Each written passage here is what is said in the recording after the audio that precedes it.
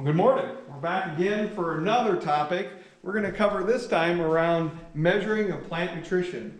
Earlier we saw that there was value that these corn growers associations and these winners saw value in measuring their plant analysis as well as soil samples. We're going to look a little bit about measuring plant nutrition in this podcast. We're going to highlight something here, and what's important about this is I want us to focus over here in this side here around that picture.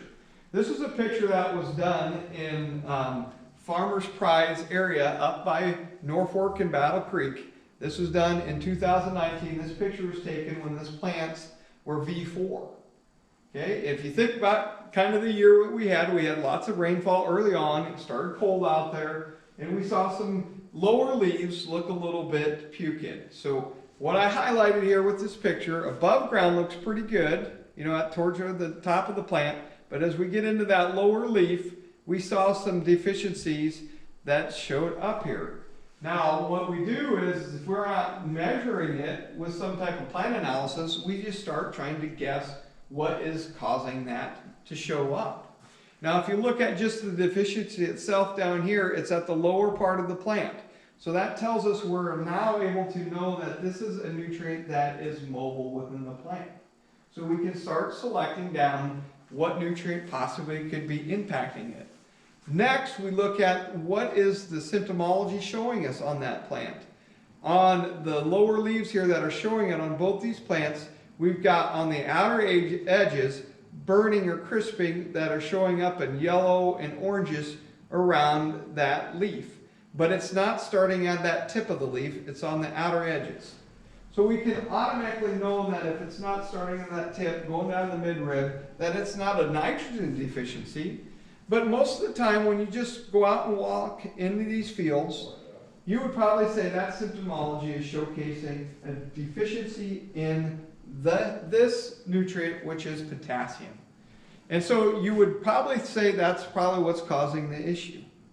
But when I took a tissue sample at this stage, when we come over here and look at the NutriSolutions report, just looking at the radar, the way to look at this radar is if we're out towards the green, that plant's not starving or having any problem with those nutrients.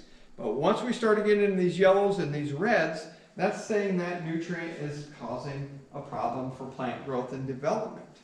And so when I took this tissue sample, when we took this magnesium or took this analysis, instead of potassium deficiency, which here's potassium, it's adequate, we're actually showcasing a magnesium deficiency. Okay, very similar on the symptomology of how that looks. Now, if I had other plants next to it, we have these plants that are shorter in height. So the nodes are stacked a little bit more where we're showcasing more of a magnesium deficiency. So that's also something that magnesium will do to us. But we showcased some magnesium, but what didn't even show up was zinc and boron. So two micronutrients that isn't showcasing at all in the visual observation of the plants. When I took that hidden hunger in that analysis, it said we were short in zinc and boron. And so if we're looking and trying to understand how our environment's impacting our nutrition in our plants, noticing it is one thing, but then taking corrective measurements and looking at soil samples as well as plant analysis, tissue samples, can help us identify if any nutrients are being problematic, and then looking at what they are as well. Okay, and then when we get to kind of some year-end collective ones, we can look at things like this. So on the top line, this is the eastern side of Nebraska at 2019, this past year. On the bottom line here is eastern Nebraska in 2018. So we got 2 different years, 2 different environments. And what I want you to look at is we're looking at 3 growth stages, V5, V12, and R1. And what you want to look at it here is this is the percent of deficient and responsive samples. So from any nutrient from boron, zinc, manganese, sulfur, magnesium, nitrogen, phosphorus, potassium, calcium, copper, we're measuring those nutrients, and if we're higher up means we're having a higher deficiency of that nutrient in the plant.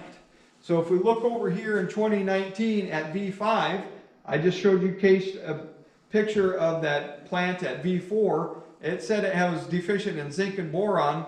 It would correlate with what we're seeing here. Boron, this past year, we had about 83% were deficient in boron at V5. Then if you look at zinc, we're about 65% of our samples were deficient in zinc at that V5 stage. Then when you start looking at the next stage, here's what happens. We have a shift of plants, or shift of nutrients that become deficient. You look at boron, we were deficient at 83%. Now at V12, we drop down to almost 0% boron. Okay? As that plant grows and develops, we have a shift of how that's taking up different nutrients. But then things like sulfur jump up to being an issue. We still have an issue with zinc, but we also struggle with sulfur, and nitrogen become now problems. So as this plant's growing and producing its biomass and the potential for yield components, it shifts with these nutrients. As we get into R1 now, we have magnesium now showcasing in this Eastern Nebraska data set as being the biggest deficiency out there. Okay? Now, if you look at it versus last year, you can see some differences. We have a higher deficiency in boron than we did a year ago, because we were at mid-70s, lower 70s, up to 83% roughly this past year. So we have an impact of the environment, has an impact on the availability of these nutrients as well. So what this gets down to is you guys are writing your dollars out on your checkbook for these nutritions on your corn, soybeans, alfalfa, wheat, whatever crop you're growing. We want to know what does each nutrient play for within the major physiological roles. So as you remember back in this slide here, we're going to focus on boron. We have a high amount of boron deficiency at V5, both last year and this year. So the question we're going to ask ourselves is what relevance does that make to us? What should we do? So if we're thinking about boron nutrition, you got to look at what does boron do within the plant. So here's boron right here. It helps out with early root development, early plant vigor, sugar movement for grain fill, fruit quality, and reproduction. So if we think about what's happening at V4, V5 within the plant, we would all say that root development's coming important. Anywhere from V3 to V4, we're changing our root system from the seminal root system over to the nodal root system. So that's a big change on that plant. As well as, we don't say a lot of times it's a reproduction stage, but it actually is, because we're starting to now make kernels around, our rows around on our ears. So this is important for us to understand because we're impacting our reproduction, which ultimately is our yield component for kernels around. If you ever bought your seed and you open that seed guide, you would say, when I bought that seed, the genetic breeders would say down the column of where our numbers of rows around are, they would give you a range. So some would say it's anywhere from 14 to 18 around, 16 to 20 around. Now, genetics are a big contributor factor of that, but I'm going to tell you, when we start getting aggressive with our nutrition, instead of just letting that be a 16 around, and we can shift it to 18 or 20, that's where we want to be, and a lot of that is around the environment of the nutrition that's available at that V4, V5 stage. So as a grower, we got to make sure that if we're not looking at it in these components, we can affect this in a starter, or we can affect this with a fuller nutrition or an early side dress application. So looking at boron, if we want to drive root development, that's important. Early plant vigor, that's important, as well as reproduction is important at that stage. So you're going to see more interest around these and the way we can affect our early yield component around kernels around and growth and development, like root development and plant vigor around a nutrient like boron. as well as you can see, we got a lot of other nutrients we want to pay attention to. So we want to highlight that within our management of our nutritional program.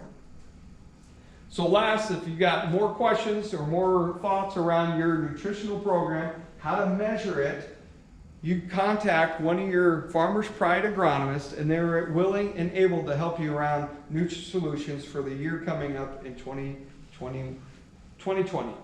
Thank you.